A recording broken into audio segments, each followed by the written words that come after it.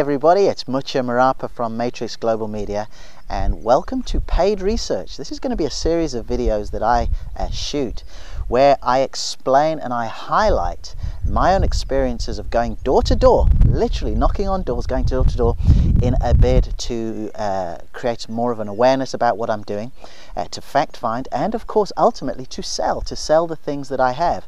Now, I got the term paid research from a fantastic marketer by the name of Eben Pagan, and what Eben Pagan sort of says is that a lot of the time, rather than just speculate that you've got a great product, go out there to the people who you think may be interested in, get some information.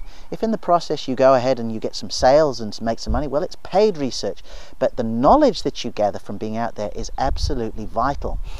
Dan Kennedy calls it manual labor.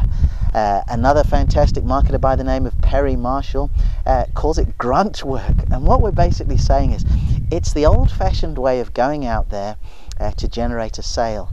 And I just do feel, however, that the whole paid research side of it is so vital because you learn so much. So what I wanted to accomplish with these series of videos is pass on my findings to you, so you can adopt some of these strategies and tips. You can in fact take the time out yourself to get in front of people in order to talk about your products and your services and your programs.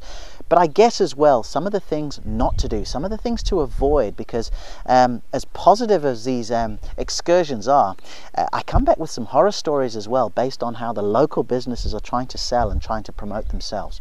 So, what was the purpose today? Well, first of all, I go out quite often on behalf of a client of mine, and what we've created are a series of business newsletters. Now, if you're in the Ipswich area of the United Kingdom, probably Colchester as well, and a bit further afield, you may be seeing me drop in with some of these newsletters. And what we've tried to do is really craft some really fantastic content for businesses. So we go in there and we're not trying to sell anything. We're trying to say, look, we've started a business newsletter. We're trying to, if you like, form a bit of a community here where we can discuss best practice. We can have a little bit of a moan sometimes when business isn't going well, or what we're hearing about the economy, and just share some ideas. So the objective was very much to go in that way. In addition to that, what I do on some days as well is I go in a bid to raise the profile and awareness of the training programs I have for social media. So I often will go in there with a flyer, a Facebook flyer, or a blog creation flyer, just to talk and say, listen, you know, I've got a training program. Are you on Facebook, or do you have a website? And we just get the feedback.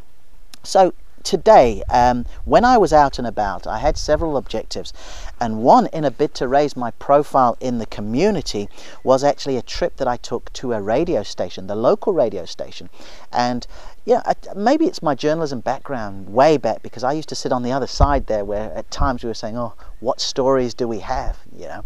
So anything that could be of interest that we felt would serve our listeners or our readers, we would try and get hold of.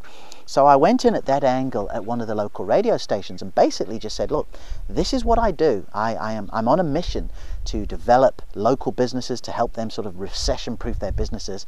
And they were very, very interested. And we actually spoke about some opportunities there. I may go onto a radio show and just do some sort of surgery-like information, which would be fantastic. And in addition, anytime there's something relevant in the industry, they took my details so they could contact me. So don't ever underestimate the knowledge you have for your particular niche.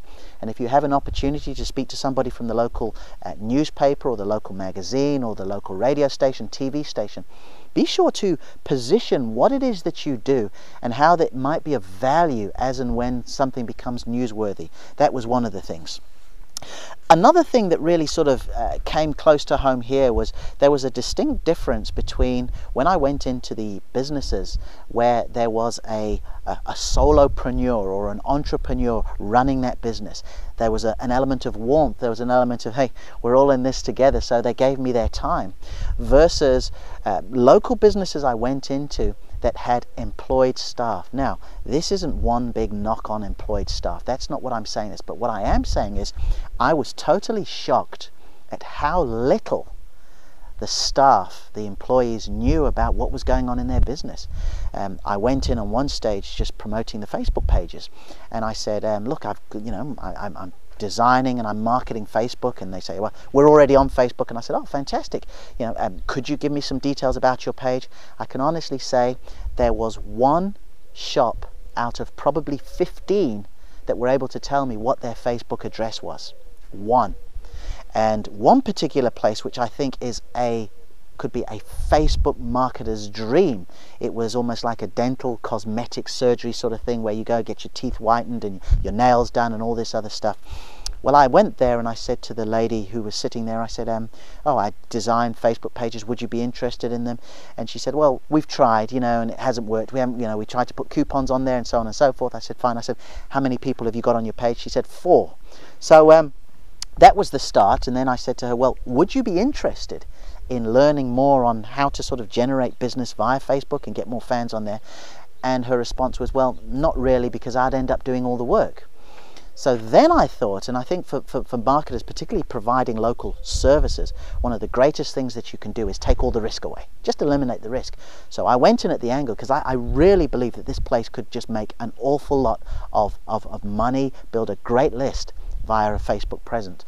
So then I said, well, would you be interested in a situation where there is absolutely no risk to you? Yeah, I'll bring the business in, I would sort of generate the leads, I'll do this, and then when you get a sale, I get a drink out of it. And the answer to that was no. So I can't help that. I'm just wondering why they are in business and why they're going down the route of doing that anyway. So I suppose, just to summarize, I wanted to go over 4 key things. The first is you need to have an objective when you go out, all right? Whether you're going to sell something, absolutely fine. Whether you're going to give something.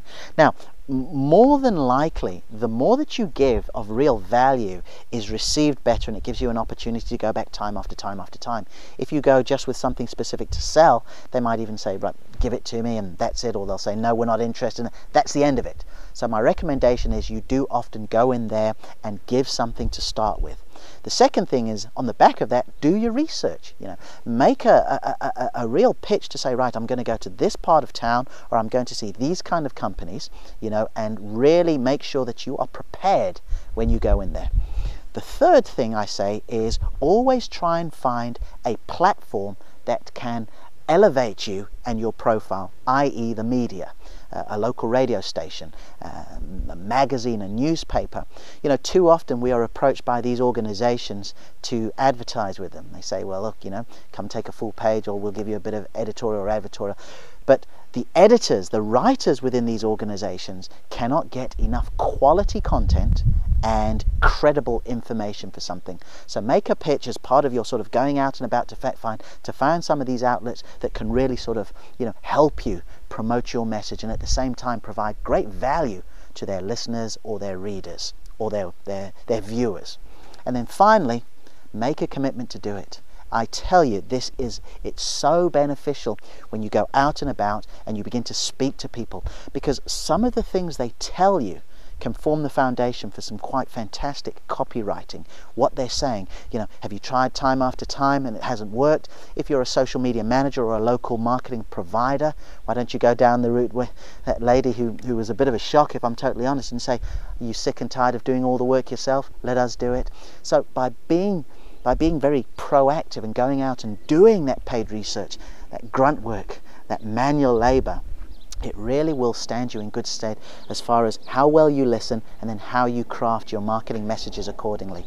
So apologies if this video dragged on a little bit, but I really want to make a pitch of each time I go out speaking about these findings with you, sharing them with you, so hopefully you can get something from it and you can get out there and do some of your own paid research.